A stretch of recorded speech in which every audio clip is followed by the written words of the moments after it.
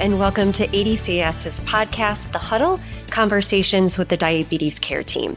In each episode, we speak with guests from across the diabetes care space to bring you perspectives, issues, and updates that elevate your role, inform your practice, and ignite your passion. I'm Julia Socke, Director of Diabetes Education and Accreditation Program. I am a registered dietitian nutritionist and a certified diabetes care and education specialist. And for many years, prior to joining the CDCES team, I worked with people living with diabetes on all aspects of diabetes self-management, including healthy eating. On today's episode, we'll be learning about some common nutrition myths that may be affecting your patients and discuss how we can help them unlearn some of these false narratives. Our guest today is Janice Baker. Welcome, Janice. Thank you for having me. I appreciate it so much. We're so happy to have you, Janice. Could you tell us a little bit about yourself and how nutrition myths have impacted the people with diabetes that you work with? Sure thing. Well, I am also a registered dietitian nutritionist. I'm also a certified diabetes care and education specialist, a certified nutrition support clinician, and board certified in advanced diabetes management. And I've been in practice since 1983. So having said that, 4 decades of seeing ideas and concepts and thoughts about food and eating and diabetes management, so many things come and go. It's been quite an interesting ride, and we're not done yet. So yeah, needless to say, for our patients with diabetes, with all of the information, misinformation, disinformation, all of the sources of where they get their nutrition advice has exploded. It's not just from the dietitians or their healthcare providers. It's obviously from so many other sources. It does take a lot to keep up with everything and to help our patients sift through what they're exposed to and make sense of it and how it applies to them. Yeah, absolutely. And, with so many years of experience, I'm sure you have probably heard it all. But if you had to say, what are some of the most common nutrition myths that you do hear? If we check into each era, we can see something a little different and contradictory with the next major era. So, of course, the big thing that we hear about is the idea about carbohydrates being bad. That's the most common. Or what are good foods, bad foods? A very all or nothing or black and white type of thinking. And what we have seen is this really gets people into a lot of, distress, honestly, and trauma about foods that they thought they may be able to work into their diet and their culture, of course, and their nutritional needs. And then they're told, oh, no, that's bad. You can't have that. Or this is going to happen if you eat this. And, I have people come to me and they're so confused. But it doesn't stop there. Being that I'm a nutrition support clinician, and I really value that credential, because I do see a lot of malnutrition in the community setting. And that includes people with diabetes for different reasons. Making sure, first of all, along with blood sugar management, is that they're getting the foods they need to support their overall health and well-being, not to mention mental health, which is part of the big picture. So it's carbohydrates. In the 90s, it was everything should be low fat, fat-free. That was pretty miserable. Now everything is fortified with protein. More protein, the better. So protein is being put on a pedestal. And while we're reevaluating people's protein needs depending on their age and medical status and what else is going on, it just seems like the marketing is always so much more powerful than the truth. And we see that in a lot of ways, definitely. But, we come through cycles of this, and it's very profitable to confuse people. We know that. Such great points, Janice, because one thing that I also really experienced in my clinical career was kind of what you described, this cycling of, different kind of fad diets, and it's changed drastically over time, as you said, where one time carbs were good and then another time carbs were really bad. So it can be very confusing for people with diabetes. I'm curious your thoughts, Janice. I know one myth that I heard a lot was really around sugar substitutes not being safe. And I'm curious, what are your thoughts about that? And is that something that you've heard quite a bit from the people that you work with? Yes, that is one thing that comes up quite a bit. And when you say the term sugar substitutes, that includes many different choices, right? So, we started out way back in time with the pink stuff, the sweet and low. Mm-hmm. And there was even some concerns about that. And, again, in the typical normal ways that people use all of the sugar substitutes, actually, they're very well studied. Their safety is very well established. And there's a lot of citations showing that. Of course, there was Equal, NutraSweet, the sugar alcohols. One thing about the sugar alcohols, those were being used a lot in so-called sugar-free products for a while, when that was a big thing. The sugar-free cookies and the sugar-free candies was actually a lot of gastrointestinal side effects because they can cause those sorbitol, anything with xylitol used in large quantities, they can cause GI side effects. That's known.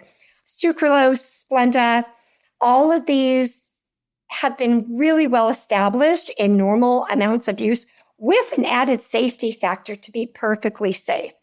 But I also say to my patients, listen, it's a choice. There's a lot of nice options. If you don't want to use them, that's okay. There's workarounds for that as well.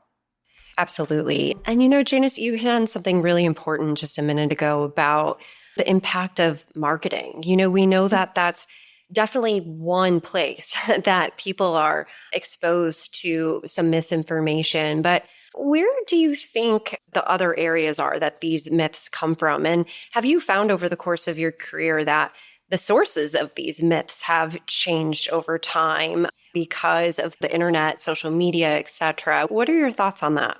Well, yeah, early in my career, and I was just talking to a colleague about this the other day, a lot of the books that were written, like in the 80s, we were just talking about the myths about food combining. One product was the Beverly Hills diet.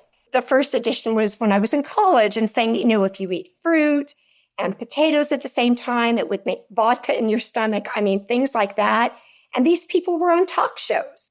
They were made popular because they became celebrities because of these new diet fads. And then they were copied. And if they were on TV, it had to be true. So it wasn't just the internet, but of course, now with social media and all of the influencers and how good they are at making the content, they're very good at it.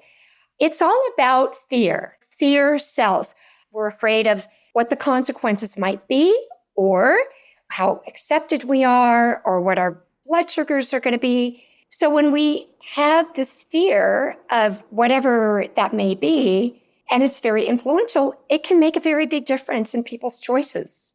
Absolutely. And, it can be really difficult, at least in my experience, to have an effective approach in discussing these myths with our patients. So I would love to hear more about what your most effective approach has been in dispelling these myths. And also, has your approach changed over time? That is such a great point. And yes, early in my career, the way we were trained, and remember, I was trained in the 80s, early 80s, during my dietetic internship, which was fabulous. But we were taught for our patients with diabetes, and I worked in the hospital setting for 15 years. We were taught to teach the exchange system. I don't know if you've ever heard of that or remember it. I do.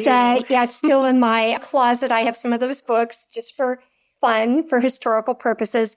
And to see a patient with diabetes, we had to get them how many exchanges of fruit, fat, meat, bread, things that you could have per meal. And it was just one directional, right? And this is what you do when you get out of the hospital. Totally different right now. And one of my favorite ways to look at things is that people want to be heard, not fixed. So now it's just very different than that. One of the best ways that I work with patients, and a lot of times this is referred to as motivational interviewing, which I've been trained in, but really being curious with people are, what are your goals? What gets in the way of taking care of your diabetes? What are your favorite foods? People love when I ask about what their favorite foods are. They never thought anyone, especially a dietitian, would ask them that. Because I always say, listen, one of the most important parts of this is making sure that nutrition and food for you is enjoyable, because it's not going to be sustainable if it's not. We're born to get pleasure from food. It's a very important part of our quality of life. And so making sure people know that what they value and what they enjoy is respected and honored and included. That's such a great point. A little bit earlier, you were hitting on that aspect of fear mongering that happens. Yeah. But also, it's this point that you just brought up about having a sustainable eating plan and one that you enjoy is so important.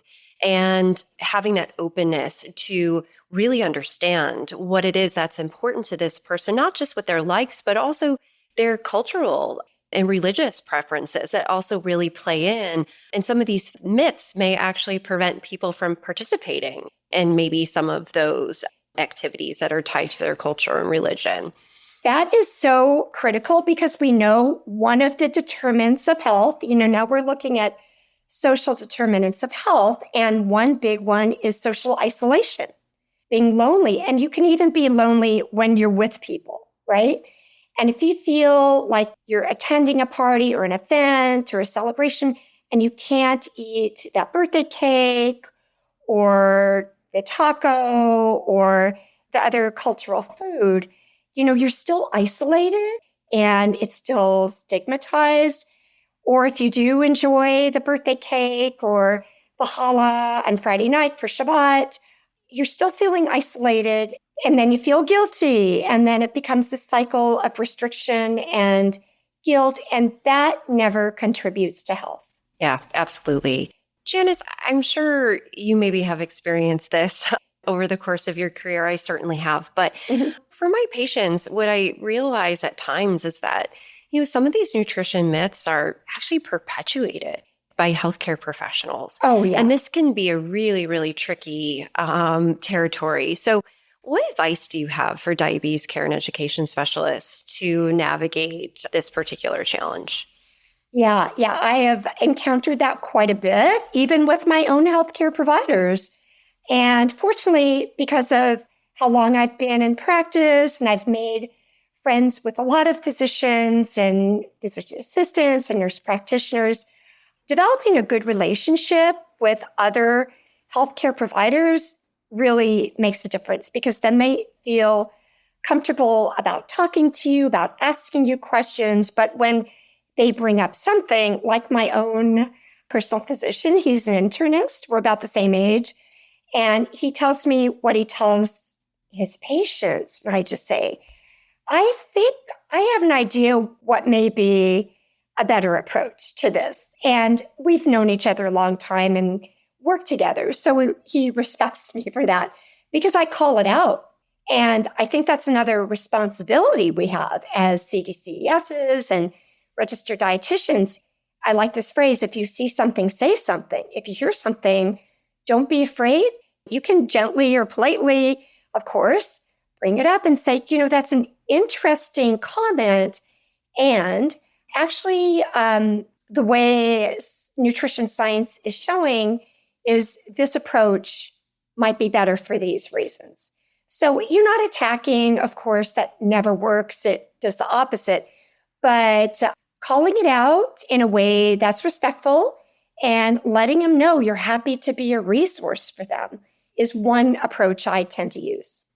Absolutely. And I think Also, the point made earlier about maybe coming from a place of curiosity with our patients, that could also be an approach used with our colleagues as well. Right. Oh, yeah. So we've talked a lot about myths, but what are other things you feel are important to talk about with patients? In the world of diabetes, which encompasses a lot, we know it's not just about blood glucose levels anymore. We're looking at what we call the cardiometabolic aspects of it, and that entails a lot of things. And it keeps me very busy keeping up with the literature because of the explosion in technology, obviously, the medications that are out there that are just, it makes your head spin how many there are now, the different types of insulins, oral medications, but also things that I remind my patients of, especially that are not so sexy. You're not going to necessarily see these promoted on social media, but the importance of sleep. First of all, I ask all my patients about their sleep patterns. And that is a very big impact factor on, as I always say, blood pressure, blood cholesterol, blood glucose levels, appetite regulation. And we're learning how sleep is the way to detox, right? We're learning about how the brain during good quality sleep and good quantity sleep actually cleans up a lot of stuff during the night. And when we're sleep deprived, how much that affects other health aspects of our life. So that's one thing I bring up. And I often refer to sleep specialists or talk about what their sleep habits are, sleep hygiene. So that's a very big deal. I used to never bring that up previously, but we know so much about that now. The other part is dental health, oral hygiene. We hear about the microbiome all the time. You know, people are buying probiotics, prebiotics, all this stuff. But the microbiome starts in the mouth, and we know that periodontitis, gingivitis, that leads to systemic inflammation, which can lead to insulin resistance, cardiovascular disease, and of course, loss of teeth limits your food intake, your food choices. So dental health, oral hygiene is a very big part. Again, not very sexy. The stuff that works typically isn't. And then again, along with that is foot care. Again, sometimes this just gets pushed aside. I ask all of my patients, have you had your feet examined at your regular visits? A lot of times it's no, and we've been telling them for a long time, always take your shoes and socks off, make sure your feet are checked for circulation, for nervous system function. It's a very big deal. Again, like a lot of things, starts very silently until it's not silent anymore and very hard to take care of. So those are three big parts of it alongside of the food and nutrition that I usually talk about. Great. Thanks so much, Janice. So any final thoughts for our listeners? Yes. One thing I like to say, and because of where I'm at in my career, I'm so grateful. First of all, this 42, almost 43 years of practicing as a diabetes educator, registered dietitian, it just seems to have flown by. And I'm still so grateful for what I get to do because it's always challenging, of course, but it's really fun and I learn all the time. But one thing I'm realizing is like there's a lot of other things that are part of health, and that's finding joy in life. So not just a happy life, but a life with meaning. I know that's been also brought up as a very big part of how we take care of ourselves, having purpose and passion. Janice, thank you so much for joining me on the Huddle today and for providing your valuable perspective and experience. We're so appreciative. Thank you. Thank you for listening to this episode of The Huddle and engaging with ADCS. And remember, being an ADCS member gets you access to many resources, education, and networking opportunities. Learn about the many benefits of ADCS membership at adcs.org/join. The information in this podcast is for informational purposes only and may not be appropriate or applicable for your individual circumstances. This podcast does not provide medical or professional advice and is not a substitute for consultation with a healthcare professional. Please consult your healthcare professional for any medical questions.